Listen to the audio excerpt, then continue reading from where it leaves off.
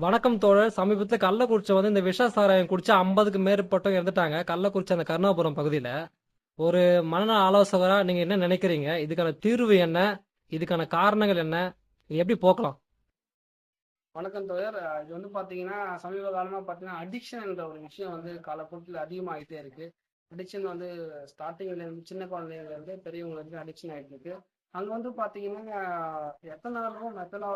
எத்தனாலும் அதிகமாயிடுச்சு. ஸோ இப்போ நார்மலா அடிக்ஷன்ல பார்த்தீங்கன்னா, ஆல்கஹால், ட்ரக் அடிக்ஷன்னுவோம்.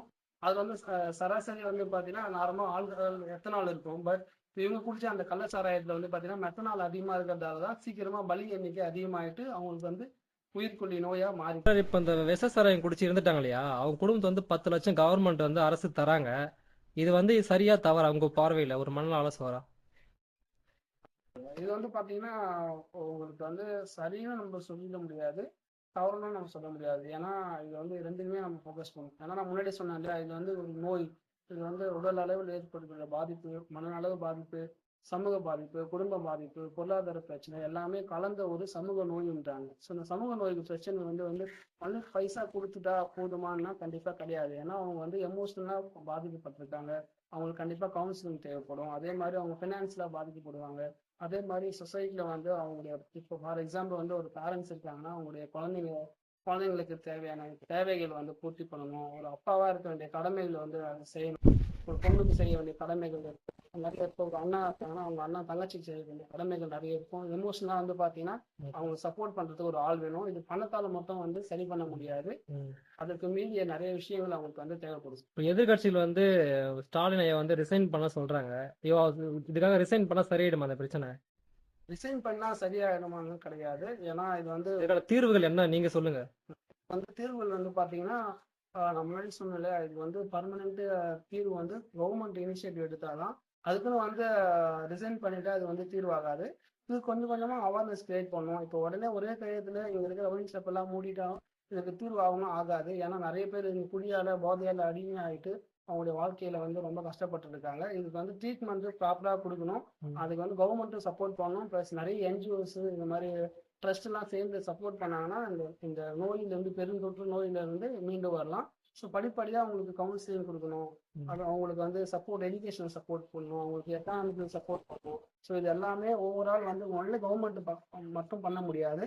ஆஸ் எ டீமா நம்ம எல்லாமே சேர்ந்து இந்த மாதிரி பீப்புளுக்கு நம்ம ஹெல்ப் பண்ணோம்னா நம்மளோட சொசைட்டி ட்ரக்ஸ் குறையும், ஆல்கஹால் குறையும்.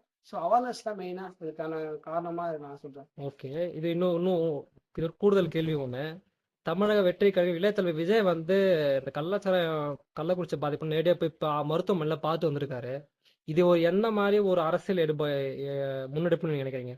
கண்டிப்பா ஆக்டர் விஜய் பாத்தீங்கன்னா ஒரு யங்ஸ்டருக்குலாம் ஒரு நிறைய ரோல் மாடலா நிறைய பிடிச்ச ஒரு ஆக்டரா இருக்காரு. ஸோ அவர் இவர் ஒரு கழகம் கட்சின்னு வரும்போது, இது ஒரு பொது தொண்டா மாறும்போது அவர் கண்டிப்பா அவருடைய கடமையெல்லாம் அவர் செஞ்சிருக்காரு. ஸோ அவரு இது இன்னும் மேற்கொண்டு இளைஞர்கள் மத்தியில அவர் ஒரு அவேர்னஸ் கிரியேட் பண்ணோம்.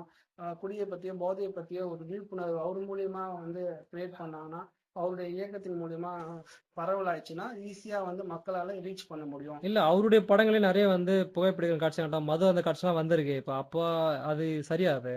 ஸோ சினிமான்றது வேற, பட் நடைமுறை வாழ்க்கைன்றது வேற. இப்போ சினிமா துறைன்னு எடுத்தோம்னா எல்லாரையும் நம்ம டிஸ்கிரிமினேட் பண்ற மாதிரி இருக்கும். ம். விஜய் ஆகட்டும், அஜித் ஆகட்டும், சூர்யா, விக்ரம், அஜய், அஜித் எல்லாமே இல்ல இப்போ சமூக செயற்பாட்டுக்கு சொல்றேன் என்னன்னா, சினிமால தான் எல்லாமே காமிக்கிறாங்க. புகைப்பிடித்து இதெல்லாம் அவாய்ட் பண்ணலாம். வெறும் மது உடல்நலத்திற்கு கேடு, புகை உடல்நலத்துக்கு கேடுன்னு மட்டும் அந்த சீனை பர்டிகுலரா வைக்கிறாங்க. திணிச்சா வைக்கிறாங்க. அது சரியா?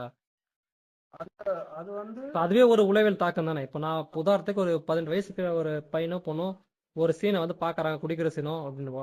அது ஒரு போய் மைண்ட கண்டிப்பா பதியல. மனசுல பதிந்தா நிறைய பேர் ஓ அது மாதிரி சிகரெட் பிடிக்கலாம், அது மாதிரி தம் அடிக்கலாம், இது போல ஆல்கஹால் எடுத்துக்கலாம் அப்படின்னு ஒரு தாட் கிரியேட் ஆகுதுல்ல நம்மள மீறியும். கண்டிப்பா கண்டிப்பா நீங்க சொல்றது இது மாதிரிதான். அதே மாதிரி மூவி பாக்குறது நல்ல விஷயமும் இருக்கும், கெட்ட விஷயமும் இருக்கு. அதுல மேக்ஸிமம் 90% நல்லது இருக்கும், 10% ஒரு சில இந்த மாதிரி காட்சிகள்லாம் இருக்கு. ம். ஸோ அது பேரண்ட்ஸும் அவேர்னஸ் பண்ணணும், ஸ்கூல்லையும் அவேர்னஸ் பண்ணணும். ம்.